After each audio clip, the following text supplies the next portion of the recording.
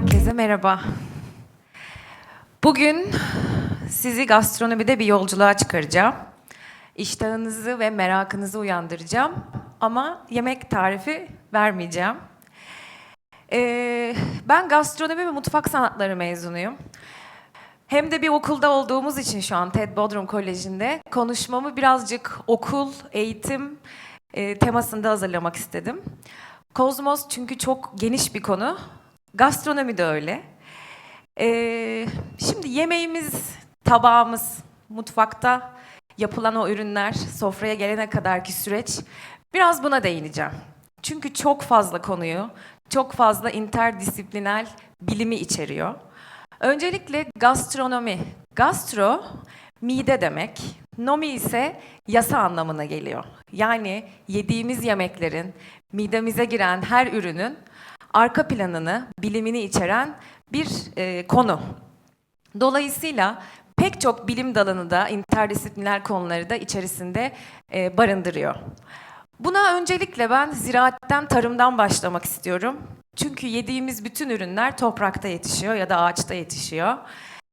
Bunu bilmeyen bir aşçı, bunu bilmeyen bir şef aslında çok doğru bir tabak ortaya koyamıyor diye düşünüyorum.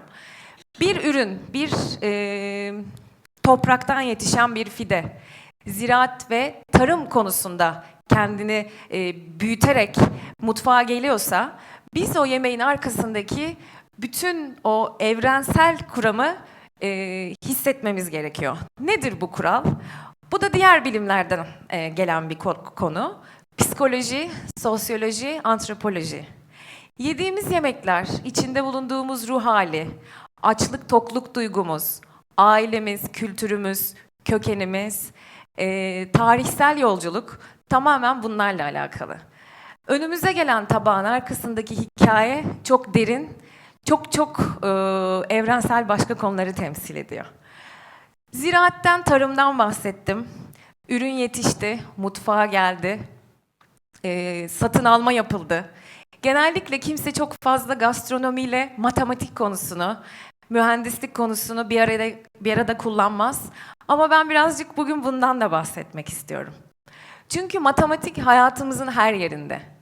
Sadece bir yemek tarifini 3 kişilik tarifi 300 kişiye çıkarırken matematik hesabı yapmaktansa ya da bir ekmek tarifini formüle bağlayıp ekmek haline dönüştürmekten yanı sıra mutfakta biz satın alma ve maliyet yapıyoruz.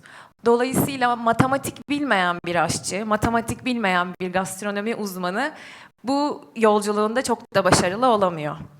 Matematiği de bir araya, matematiği de birazcık böyle giriş yaptıysak, şimdi birazcık da mühendislik ve mimarlık konusundan bahsetmek istiyorum. Burada çok tatlı öğrenciler var. Kulis arkasında da demin biraz sohbet ettik. Çoğu arkadaşımız ben mimar olmak istiyorum ama aslında gastronomi de düşünmüştüm dedi bana. Aslında bu iki konu birbirinden çok da uzak değil. Bir mimar herhangi bir gastronomiyle ilgili bir konunun, yani bir restoranın, bir kafenin mutfağını tasarlayabilir. Bir yemek okulunun mutfağını inşa edebilir, mimarlık olarak çizebilir. Aynı şekilde bir mühendis tabak yaparken biz mimarlık ve mühendislik bilgilerinden yararlanıyoruz.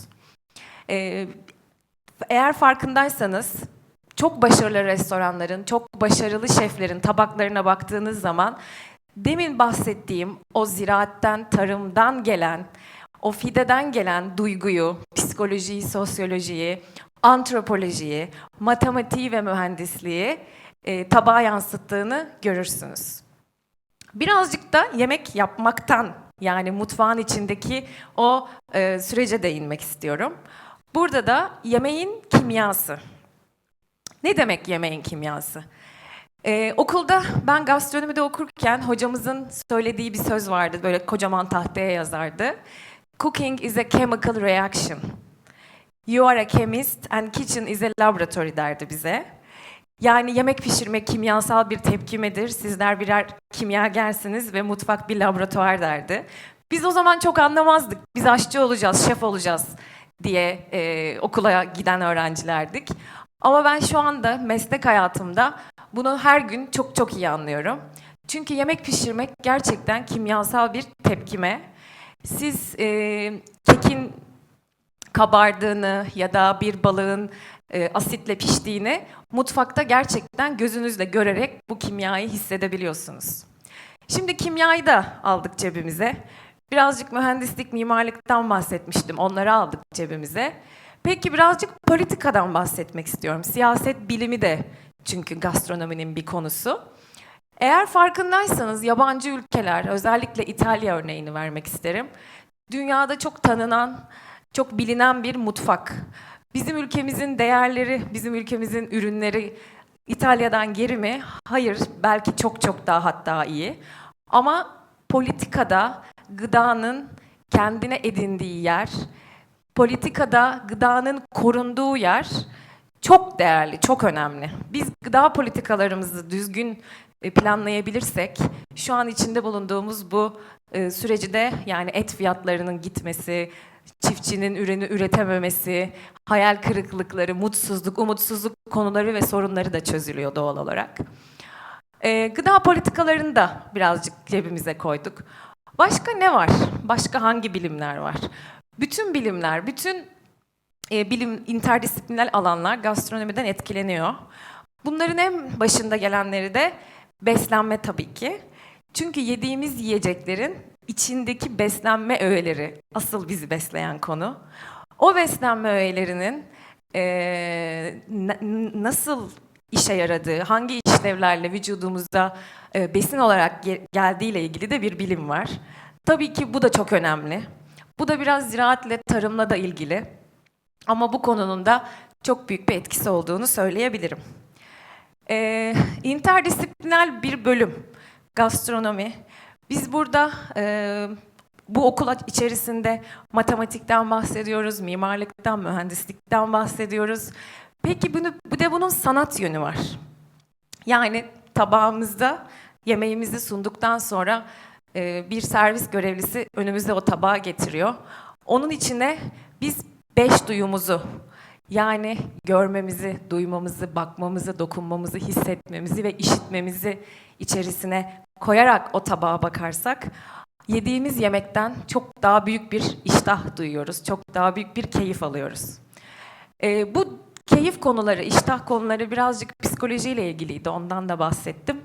Ama sanat konusu, yani tabağın tasarım süreci, kullanılan renkler, inşası, yüksek bir tabak yapmak, siyah tabağın üstüne beyaz soslar koymak, koyu renkli bir tabağı daha nötr tonlarda ve sebzelerle süslemek bizim iştahımızı doğal olarak arttıran diğer unsurlardan biri. Şimdi evren, gastronomi evreni çok geniş, çok büyük. Belki aşçı değilsiniz, belki şef olma hayaliniz yok ama bir mimarsanız emin olun iyi bir aşçısınız. Matematikle uğraşıyorsanız emin olun iyi tarif, iyi formül yapabilen birisiniz. Sanatla uğraşıyorsanız emin olun yaptığınız evinizde herhangi bir yemek çok güzel bir tabağa dönüşebilir. İyi bir psikolog, iyi bir sosyologsanız evinizde, ailenizde onları besleyen güzel tabaklar, güzel öğünler sunabilirsiniz. Bunların haricinde herkes bence gerçekten bir aşçı. Herkes bence gerçekten beslenmekle ilgili her anne baba iyi bir aşçı diye düşünüyorum. Bunun altını çizerek gastronominin, evrenin, bu dünyanın çok geniş olduğunu, herkesi de bu dünyaya davet etmek istiyorum. Beni dinlediğiniz için çok teşekkür ederim.